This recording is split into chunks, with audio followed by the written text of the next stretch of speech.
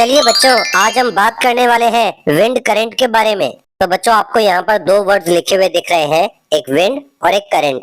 तो पहले समझते हैं कि करंट का मतलब क्या होता है। करंट का मतलब होता है movement in a particular direction. कोई भी चीज अगर एक पर्टिकुलर डायरेक्शन में मूव कर रही है तो आप उसे करंट बुला सकते हैं। और बताओ यहाँ पर क्या मूव कर रहा है। यहाँ पर हम विंड की बात कर रहे हैं, तो यहाँ पर विंड का मूवमेंट हो रहा है एक पर्टिकुलर डायरेक्शन में। इसीलिए हमने क्या बोला कि हम विंड करंट के बारे में स्टडी कर रहे हैं। अब बच्चों, आप ये बात तो जानते हैं कि अगर किसी लैंड पर सनलाइट पड़ती है तो वो लैंड बहुत जल्दी हीट अप हो जाती है, और उस लैंड के साथ जो एयर कांटेक्ट में होगी वो एयर भी वार्म हो जाएगी, हॉट हो जाएगी। और आपको ये बात तो पता है कि हॉट एयर ऊपर की तरफ राइज करती है तो ये एयर ऊपर की तरफ उठ जाएगी। तो बच्चों, अब जरा सोचो कि इस जगह पर से तो एयर हट गई, तो अब इस जगह पर लो प्रेशर एरिया क्रिएट हो जाएगा। अब इसके आसपास जहां पर भी कोल्ड एयर प्रेजेंट होगी वहां पर तो हाई प्रेशर जोन है। तो अभी आपको पता है कि एयर हाई प्रेशर से लो प्रेशर की तरफ मूव करती है, तो वो कोल्ड एयर इस जगह पर आ जाएगी। अब बच्चों, जब ये कोल्ड एयर यहाँ पर आ जाएगी तो हमें तो पता है इस जगह पर लैंड ज्यादा गर्म है, ज्यादा हीटेड है, तो ये एयर भी दोबारा हीट अप हो जाएगी और फिर से ये भी हॉट एयर बन के ऊपर की तरफ राइज करेगी। अब बच्चों, आपको यहाँ ध्यान रखना होगा कि जो एयर ऊपर की तरफ जा रही है वो ऊपर जाने के बाद कोल्ड हो जाएगी, ठंडी हो जाएगी और दोबारा नीचे की तरफ आएगी। और यहाँ नीचे आपको पता है हाई प्रेशर एरिया है, और ये एयर दोबारा से बोलो कहाँ जाएगी, फिर से लो प्रेशर एरिया की तरफ। और आप देख पा रहे हैं कि यहाँ पर एक पूरा साइक्लिक प्रोसेस दिख रहा है। तो बच्चों, विंड के इसी साइक्लिक मूवमेंट को हम विंड करंट बुलाते हैं। तो बच्चों, जरा ध्यान से सोचो कि ये विंड करंट क्यों डेवलप हुआ। तो इसके पीछे आप समझ पा रहे होंगे कि जो मेन रीजन है वो टेम्परेचर डिफरेंस है। कुछ जगह पर लैंड ज्यादा हीटेड है और कुछ जगह पर लैंड कम हीटेड है। तो इसका मतलब जब जब टेम्परेचर डिफरेंस होगा तब तब विंड करंट देखने को मिलेगा। तो अब हमें यही समझना है कि ये टेम्परेचर डिफरेंस एक्चुअली हो क्यों रहा है। तो बच्चों, अगर आपने अपनी अर्थ को ध्यान से देखा हो तो आप ये बात जानते हैं कि जो इक्वेटर होता है वहां पर सनरेज डायरेक्टली पहुंचती है, सीधे पहुंचती है, इसीलिए वो ज्यादा हीटअप हो जाता है। जबकि पोल्स पर ये सनलाइट थोड़ा स्लैंटेड फॉर्म में पहुंचती है, थोड़ा सा टेढ़ी पहुंचती है, तो ये पूरी तरीके से वहां नहीं पहुंच पाती, जिसकी वजह से पोल्स थोड़े ठंडे होते हैं। तो बोलो, यहाँ पर भी टेम्परेचर डिफरेंस पैदा हो गया। इक्वेटर ज्यादा गर्म है और पोल्स ठंडे हैं। और आप ये बात तो जानते हैं कि टेम्परेचर डिफरेंस की वजह से विंड करंट देखने को मिलता है। लेकिन बच्चों, ये प्रोसेस जितना सिंपल लग रही है उतनी सिंपल है नहीं। तो चलिए इसे ढंग से समझ लें।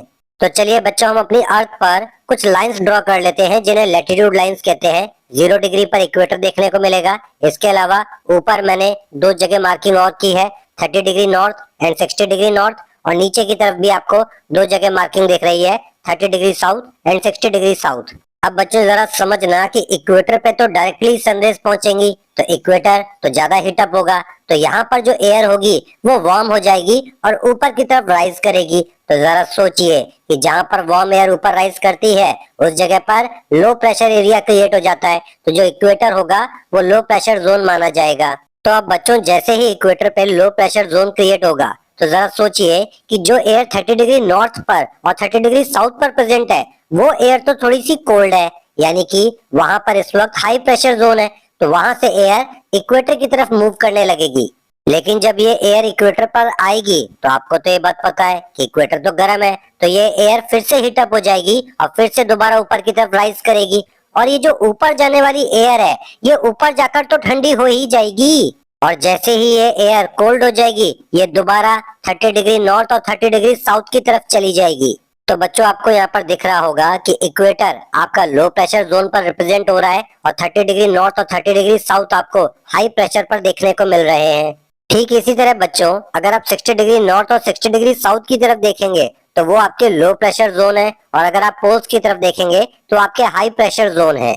अब बच्चों, अगर आप नॉर्थन हेमिस्फीयर की तरफ ध्यान से देखें तो 60 डिग्री नॉर्थ आपका लो प्रेशर जोन है, जबकि पोल और 30 डिग्री नॉर्थ आपका हाई प्रेशर जोन है। तो एयर 30 डिग्री नॉर्थ और पोल से मूव करेगी किस तरफ, बोलो 60 डिग्री नॉर्थ की तरफ।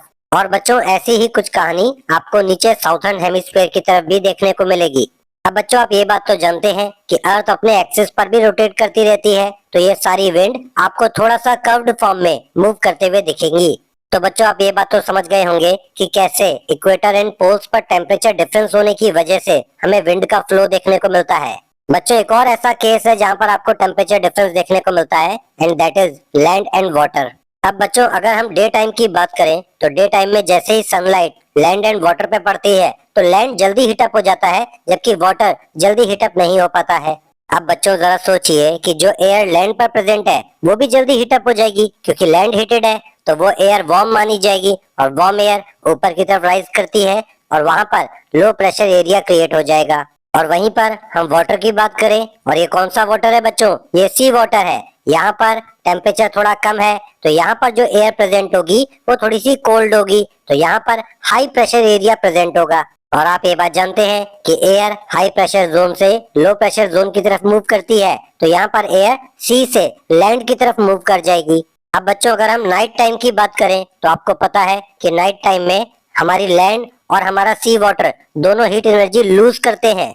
अब बच्चों आप ये बात तो जानते होंगे कि लैंड बहुत जल्दी हीट एनर्जी लूज कर देता है, लेकिन सी वाटर बहुत जल्दी हीट एनर्जी लूज नहीं कर पाती है।